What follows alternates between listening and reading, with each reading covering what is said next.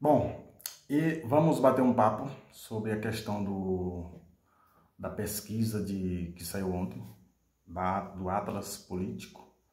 Não sei se vocês chegaram a ter acesso na internet, pelo menos aquelas porcentagens de cada candidato, né? Não sei se vocês leram alguma coisa a respeito dessa pesquisa, mas é uma pesquisa muito importante, num momento muito importante, com a volta ou seja, com a entrada do ex-juiz parcial de Curitiba, na arena eleitoral.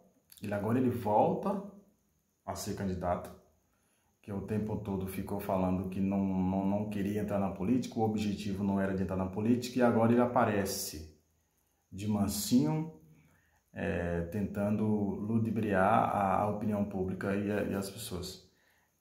O que acontece com essa entrada do juiz Sérgio Moro na arena política, pessoal? Vai mudar muita coisa.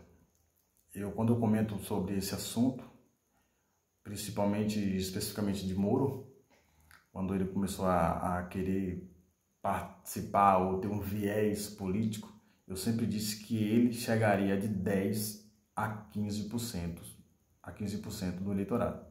Porque ele tem um grupo da classe média que apoia ele, é aquele grupo mais reacionário, entendeu? Que não apoia nem Lula e nem Bolsonaro. Então ele é tido como mito, como herói dentro desse grupo de eleitores, esse grupo mais reacionário, mais tradicional. Então, portanto, ele vem sim com uma boa porcentagem de voto e ele consegue migrar ali, subtraindo os votos de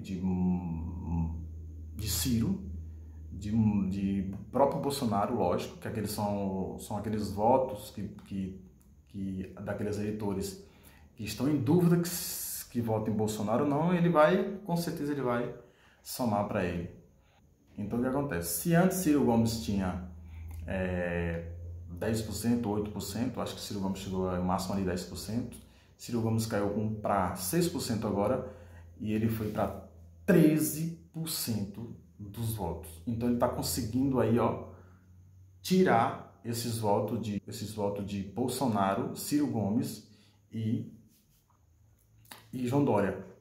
Tanto é que João Dória agora, quando ele se filiou esses dias, nessa pesquisa, ele foi diminuir a quantidade de voto, a porcentagem dele. E Moro elevou a sua pontuação.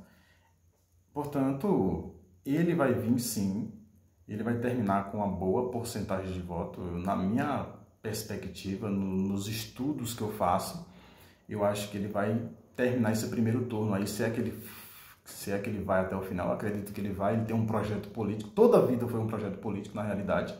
O objetivo dele não era de fazer justiça, era de chegar realmente, fazer um projeto político para entrar na política igual ele está chegando agora.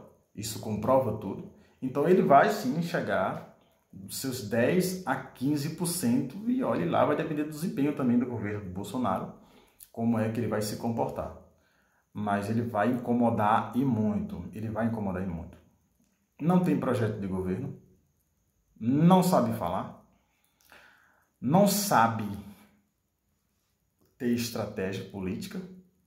Eu até entendo, porque também ele nunca foi político, ele sempre foi, ou seja, ele nunca entrou na vida pública, na realidade. Político sim, mas nunca entrou na vida pública. Ele sempre foi juiz. Então ele tem uma linguagem, um discurso mais técnico e não abrangente. Entende como é que funciona? Então, a partir do momento que você sai candidato, você não vai utilizar aquele discurso mais técnico. Você vai utilizar um discurso mais abrangente, entendeu? E muitas vezes você vai ter que dialogar, você vai ter que falar de improviso mesmo. Então, ou você participou da vida pública, na realidade, ou você vai ter problema no discurso, entendeu? Se ele discutir, e ele vai sim, vai chegar esse momento que eles vão debater na campanha, eles vão debater, na Globo, na Band, nos debates, eles vão se confrontarem aí. Bolsonaro, não sei se Bolsonaro vai, mas com certeza ele vai confrontar com o Lula. E ele tem que começar de agora, aí se preparando, aí preparando o discurso dele, porque ele vai enfrentar um cara, presidente da República, que foi presidente da República 8, elegeu a sucessora por mais 2 mandatos, que chegou até 6, ou seja, elegeu a sucessora a Dilma Rousseff por mais 2 mandatos, chegando a 6 somente no governo dela, porque não deixaram ela governar.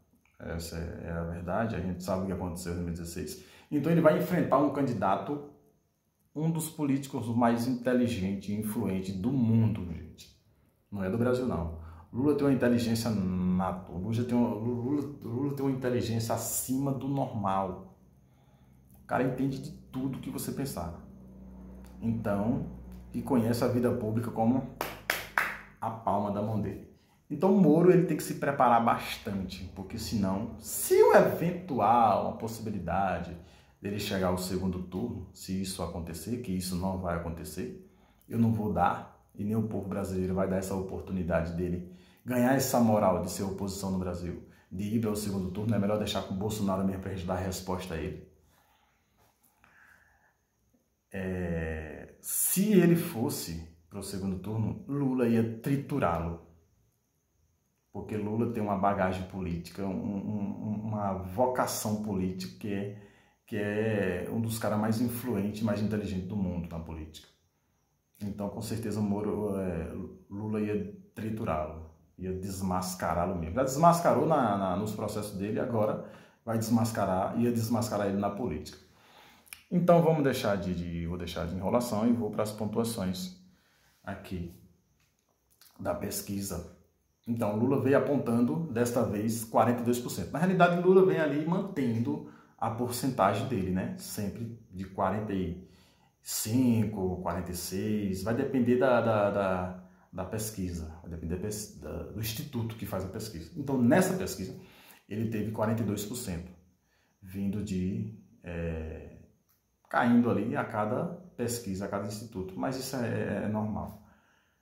Então ele mantém o eleitorado dele ali acima de 40%, nessa pesquisa ele fechou 40%, vindo o Bolsonaro para 31%, então ele está 12% mais ou menos de Bolsonaro ali. O Moro vem com 13%, deu uma subida, de acordo com a pesquisa passada que teve. O Moro estava com 10%, agora ele subiu 3 pontos, e Ciro mantém ali os seus 6%. No 4º lugar. Então eu acreditava que Ciro Gomes ia incomodar quando ele começou a bater em Bolsonaro e em Lula, aos dois ao mesmo tempo, para querer, de alguma forma, desarticular um para ele assumir o segundo colocado. Mas não, ele despencou. Despencou por quê? Despencou porque Ciro Gomes, ele está partindo ele está fazendo a campanha dele de forma muito incisiva, ele está batendo muito nessa questão de corrupção. E essa questão da corrupção do lado do ex-presidente Lula, quanto mais ele fala de corrupção, é que ele cai e Lula mantém a votação dele ali, o eleitorado dele ali. Então, ele deveria mudar mais um pouco o discurso, ver qual era a forma melhor, os temas melhor, para ele ir falando, para ele ir tentando ganhar a opinião pública nesse sentido, mas evitar estar falando de corrupção, porque corrupção é um tema que não existe mais corrupção para bater no momento em Lula. A corrupção ficou lá atrás, já passou o momento de você bater na corrupção, agora é outro momento que você tem que questionar na política, entendem? Então é isso. Aí Moro vem caladinho e lança a candidatura dele. E ocupa o seu 3º lugar, ele caindo para o 4º lugar. E eu acredito que ele não vai recuperar esse eleitorado do lugar de Moro. Não vai. Ele tinha que ser muito, muito, muito foda no sentido de tentar trazer um discurso diferente, um posicionamento mais diferente, que consiga elevar esse eleitorado aí ao terceiro colocado, mas eu acho muito difícil. Portanto, esse foi o resultado da pesquisa. Moro em terceiro, Bolsonaro, infelizmente, ainda em segundo colocado, e o atual, e o ex-presidente Lula, que vai ser o atual o ano que vem, se Deus quiser, ocupando aí a sua porcentagem de 42% dos votos. Essa eleição, gente, ninguém toma de Lula. Só se fizerem outra sacanagem com ele, igual fizeram em 2018. Escuta o que eu estou dizendo a vocês. Ninguém toma de Lula. Só Deus. Até a próxima.